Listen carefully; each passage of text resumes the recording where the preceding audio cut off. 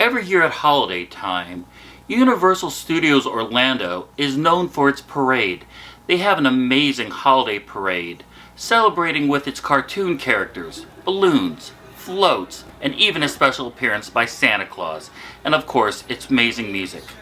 Unfortunately, on December 21st of this year, the parade had a small glitch. Nobody turned on the music. Within 5 seconds of the start of the parade, the characters started realizing, hey, we don't have any music to march with. And unfortunately, the parade had to continue without music, and continued so for about 20-something minutes. So this is the footage from that event.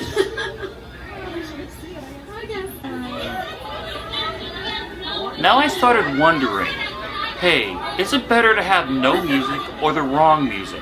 Let me show you what I mean.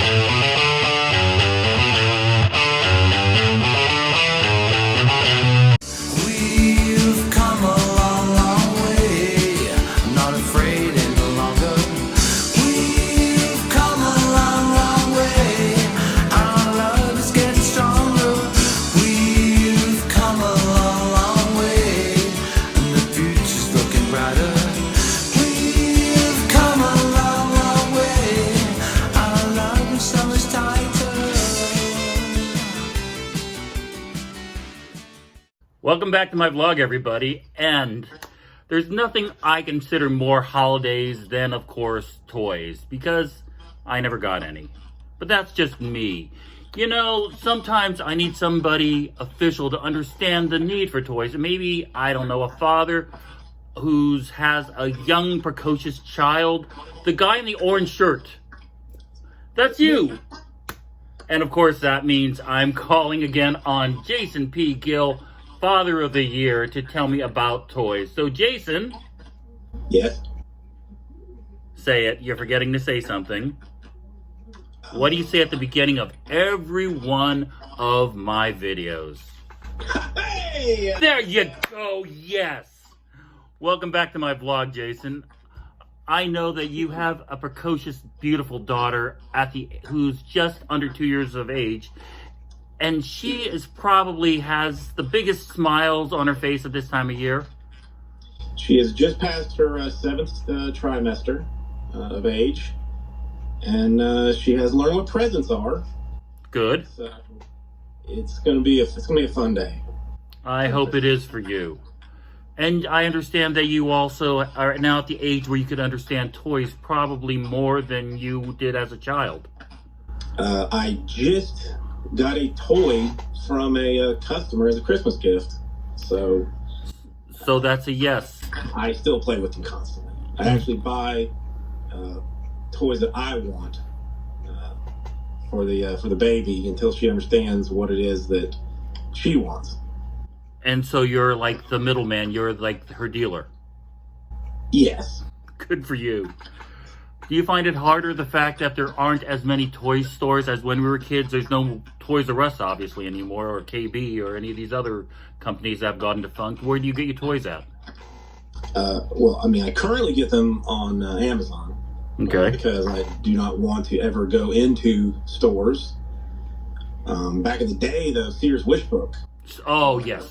Of course. Oh, God. It was my jam. I mean, that was the best day of the year when that thing came. And the mailman's worst nightmare, of course. Yeah, I'm sure. I mean, that was just days and days of going through, marking pages. Yeah. So the reason why I called you here today is because I wanted to get some official ideas of what you think makes a good toy. And I sent you some videos, and I wanted to review these as I walked into the local department store and tried to use them without security looking at me funny, which that was a negative, by the way. It looks like you only got kicked out twice. I mean, so that's not bad. Yeah, but it was the same store, and they recognized me, and they said next time they're pressing charges. Yeah, that's a problem. So let me show you the first video of me in a store displaying a toy. Now you don't have to just be a princess. You could look like one too. I mean, heck, I could look like Minnie if I wanted to. Or I could look like Belle. Or I can look like Rapunzel. Oh really, if I look like Ariel, would you look at my tail? So, do I look better as an Ariel? Do I look better as a Belle? What kind of costume you think I look best as? I mean, for your skin tone and body type, I would go Ariel, personally. Okay. I mean, I feel like the sequins, kind of really highlight your eyes. Thank you. I think the same of you. Do you think that costumes are a really good way for children to go about it for a Christmas gift? I personally do not. Penelope does not really like to get dressed up. Good call. And I hope that she never does, because that is, with what you have shown, going to be a hot, holy mess. Spark Creed Animals includes this plush animal. That's right. For all those people that wondered what happens if your cat fit into a tube. Oopa.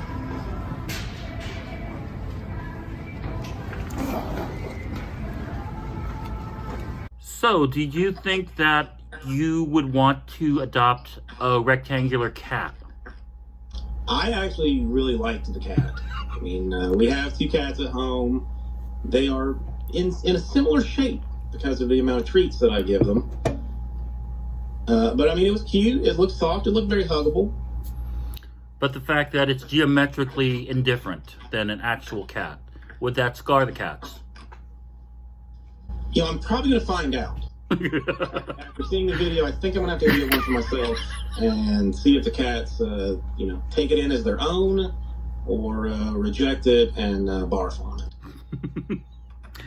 And our third item that I wanted to show you is a Minecraft sword. This year for Minecraft, get the new enhanced sword for the enchantment sword.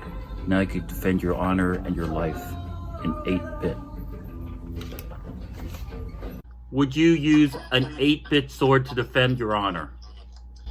That one I would not, only because I have a full-size one at home already. I had it custom made. It cost me right at $2,700 with shipping, but it is perfectly true to Minecraft. And I only had to spend 3 nights in a hotel away from the wife after getting it. So I think worth it all the way around. And she still doesn't know that it's in the house right now, so... No, okay. No, she does not. And it's not like she's going to see this or anything, no. So, did you ever have weapons as such, and do you believe in the controversies of having weapons as a child? I mean, no, I didn't really have weapons. I mean, I just did. That wasn't something that I really played with. I mean, I had like Legos was my jam. Of course. I mean, the occasional Nerf gun when I got, a little bit older, like, in my early 30s. But I mean, I don't have a huge problem with, super toy type stuff. I'm not an airsoft fan, not a paintball fan. And you still have all your digits, you still have all your appendages? Yes. Okay. Well, I'm missing half a toe, but I mean, it was a small toe to begin with, so I don't really count it. Now from Melissa and Doug, you could get your Brew and Serve own coffee set. It's $25, but it pays for itself under 6 cups of coffee. If you notice right here, it has the moo moo cow, whatever. I wonder if it has almond or if you could just get coconut milk. It comes with its own scorching thing where you can burn your elbows if you're an employee. And again, you can't play with this if you're union. How do you like your coffee, and would your daughter accommodate you to make your coffee? Well, she actually drinks more coffee than I do. Which explains a lot, actually. Yeah, I mean, to me, a coffee set is the perfect thing for a small child. I mean, you're either going to get them a coffee set or a meth cooking set. It's really going to be one of the two for every child for Christmas. But that's chemistry and that's educational, so that's kind of, yeah. Hashtag science. And our next video that we have up here is a little friend, I will call it that. So it's important that when you get your toys, that they always show some kind of future occupation or help. Like this, my friend, needs optometry help. I can't see right in front of my face. Oh, sorry, didn't mean to, sorry. Hey, who are you? I was just talking. Oh, that's you. Okay, sorry. Hey, so. Do you have a home for this? In nightmares. Yeah. Yes. I mean, after I saw the video, I did have some night terrors from it. It's scary. Mm-hmm. It has no place on this earth, and I think it is a demon spawn. But if it came up to you and started talking to you, what would you say back? Well, I mean, like how you were doing it with your, hands straight up its butt. I mean, no wonder it was mad and creepy. I would tell it to go away and demons be gone. But if you were the one controlling the rabbit? Oh my God! If it was me, I would start speaking in some kind of Latin, cursing and calling demons forth. I never thought of a rabbit really speaking tongues. Was it a rabbit? Let's just say that. Okay. Come use from WWE action figures. Get Miz. That's right, you get Mike Manzurek, the star of the 1994 Real World. Maybe if you're lucky, you might be able to get from the 1992 Real World Puck with Gamey's peanut butter. You have to be 40 to understand this joke. So what do you think about Mike Missa, him, The Miz? I am a fan of The Miz. I do, and this is going to make a lot of people jealous, have a new in-the-box Puck figurine from the original Real World. Ill. Listen, if you check on eBay right now, I mean, people are selling it for upwards of $2.25. With or without shipping? With free shipping. With free shipping, okay. Mm-hmm. So, I mean, I'm basically, setting up Penelope's Christmas college fund with my new in the box Real World figurines. I might add the Miz to it as well, because that can only go up in value. Did you used to have a lot of action figures growing up? Yes. Huge He-Man fan. Beautiful. Huge G.I. Joe fan. I actually was in my mom's attic, a couple of years ago, and there's still a lot of it up in there. I still have Castle Grayskull from He-Man. The original. The original. Nice. Of course, a lot of the G.I. Joe stuff is still up there. And yes, I did take some up and down play with it. I'm not going to lie. What kind of condition is Grayskull in? Grayskull's in good condition. I mean, I didn't check. Mine had like a microphone that. Oh, that is old school. I don't know if that still works or not. I'd have to change the batteries to check, but it's not something I plan to throw away and will pass down to Penelope when the time is right. And her children and the children beyond that. Yes, I mean, there will be stories told probably around the Christmas tree. Gathering up all the nieces, nephews, grandkids, great grandkids, telling the story of how Castle Grayskull was passed down. Then what should happen is you need to get an audio recording of yourself so it could go on the microphone and it could resonate throughout the house for many generations to come. I like this. This is a good idea. I'm going to have to start working on speeches. And because of the popular phenomenon, look, baby shark dolls. Hold on.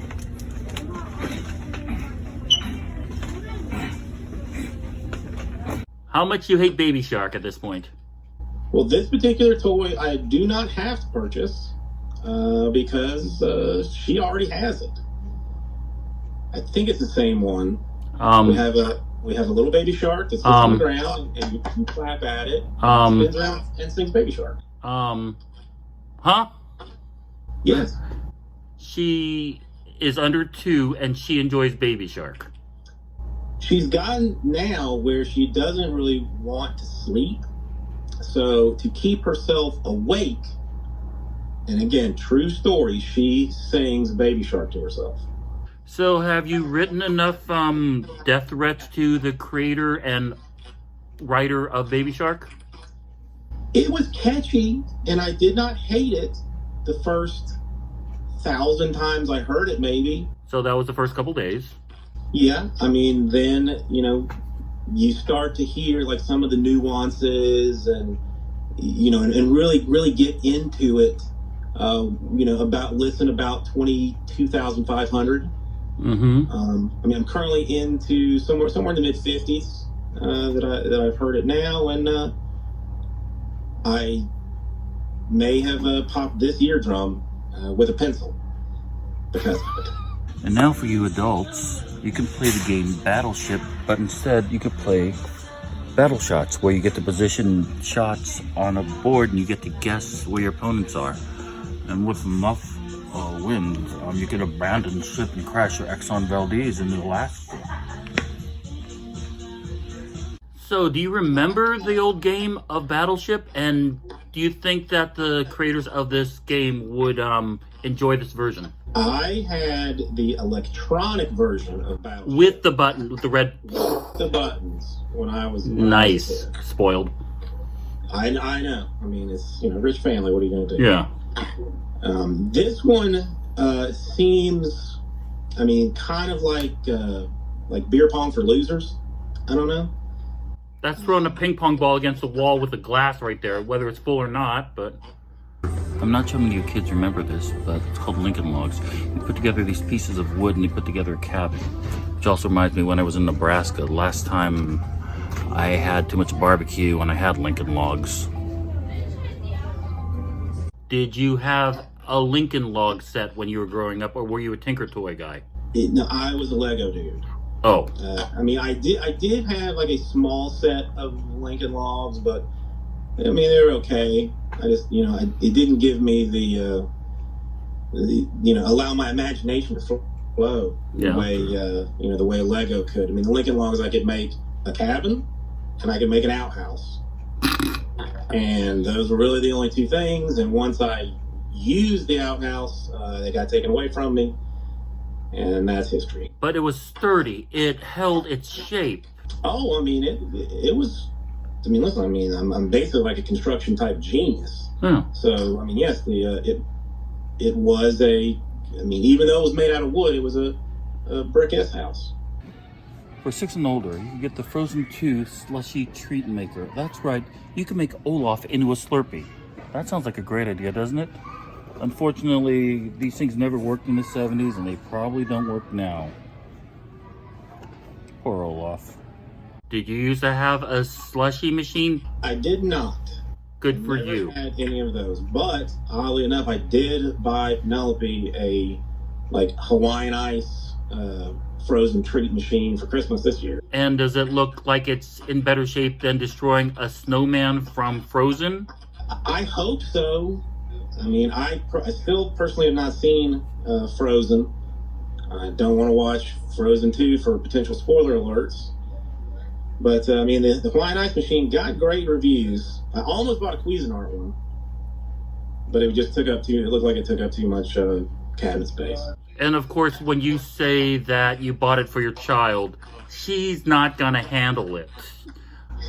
It's fun. It's kind of funny because I told my wife, I was like, I bought something, but I don't know if I should give it to you or give it to the baby.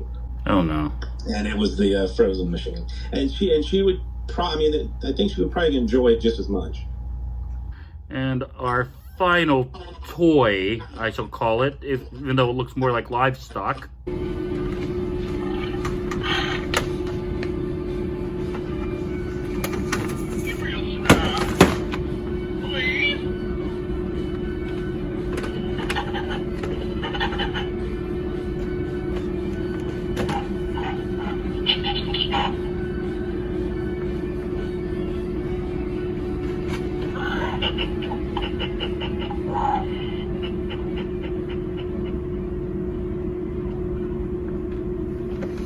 gonna put you out to pasture. Stay. Now the thing about this toy is they say up to 40 pounds can ride it.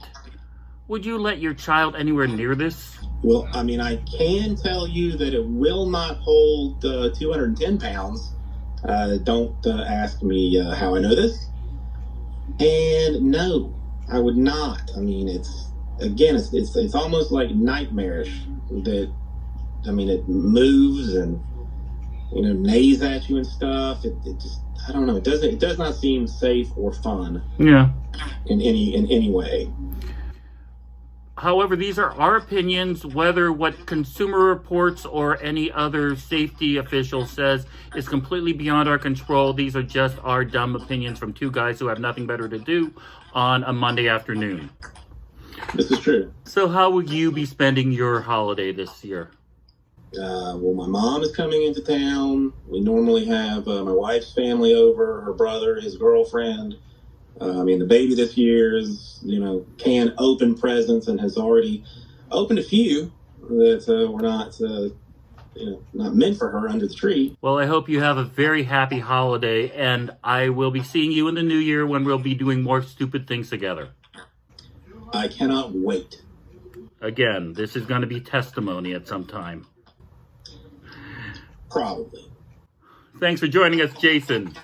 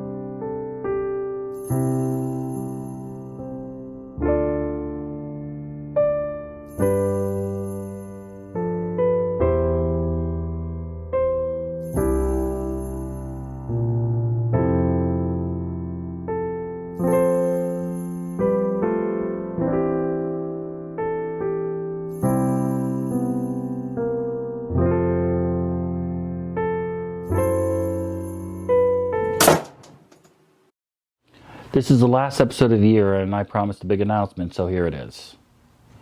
In January, we are not going to be releasing as many episodes as we normally do. The reason is because I've often said how Los Angeles slows down in terms of filming for the month of January. And thus, Debbie and I decided we need a vacation, so we're taking the vlog to Hawaii. Debbie and I have not had a vacation in over 2.5 years, and we're feeling a little burnt out, so we figured, hey, let's film a few episodes in Hawaii. Now, these are not going to be regular episodes. They are going to feature a couple of really cool restaurants and places that are often overlooked by the casual Hawaiian tourist. I'll explain more for the reasoning behind it on the episode, but it's not just a beach vacation, but it is kind of cool that it is. Another part of the vlog is I'm going to try to interview some of my acting friends who live in Hawaii. It all depends on their schedule and things can always change, but that's what we're going to try to attempt.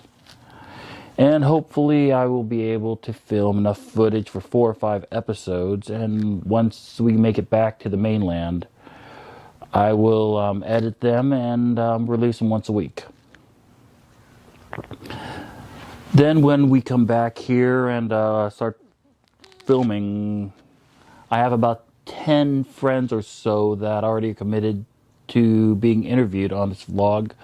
So we have some really exciting people coming on here, and so just know for the next couple of weeks, if you don't see a lot of videos from us, I'm not going anywhere. I'm just prepping for the trip.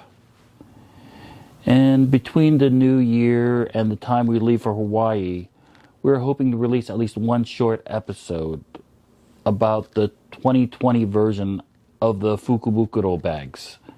Those are the Japanese grab bags that are sold at Japanese stores on New Year's Day only. We hopefully will have an unboxing episode so we can compare whatever we accumulate from this year's to what we accumulated from last year's Fukubukuro unboxing episode. So if you want to see that, that was released at the beginning of this year, and let's see what we can do for this coming year. So that's what's going on with us. Now, I know it's a little bit cheesy, but I wanted to remind everybody to subscribe, like, share, contact, whatever on this vlog, and feel free to email me at askkyleaquestion@gmail.com, or Twitter and Instagram. I am at Isao. But thank you for spending your time here with me, and I hope that this vlog will continue to grow. And maybe something dangerous might happen, like someone from casting might actually see this and say, hey, let's bring this guy in for an audition. I want to thank my 30-plus guests that I've had over this past year. 2 people I especially want to point out for helping. First one is Jason Gill. He has appeared on 5 episodes this year and has always been my sounding board whenever I come up with dumb ideas. Every time I pitch an idea for him and me just to do dumb things on here, he has yet to say no. And he works like 90 hours a week, so the fact that he always has time to squeeze me in here to talk about kids' toys or picking awards winners means the world to me. So, Jason, thank you. And the other person I really need to thank is my producer. And she didn't start off being my producer. She was just overwhelmed being my wife. And the next thing you know, I start a vlog, and she's allowing me to bring large quantities of expensive electronic equipment spewed all over our apartment. Most of it we still don't really understand how to use. Anyway, I also have forced her to learn, baptized by fire, how this equipment works. Hey, shoot at me with that camera, shoot me with that iPhone. And she always does. So, Debbie, thank you for everything. And I know you need a vacation a lot more than me. And most importantly, I want to thank everyone who watches this. Someone who's told somebody who's brought somebody onto this just to watch it.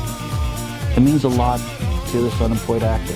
So hopefully you find it entertaining, and maybe to that 1 or 2 actors that actually watch this, hopefully you'll learn and not make the same mistakes that I've made. So to close, I want to wish you a holiday toast. And as a society, it feels like we've made a lot of mistakes in the last couple of years. So I hope in 2020 we start learning from our mistakes. Because as they say, hindsight is 2020. To the best in 2020. from Hollywood. That's a wrap.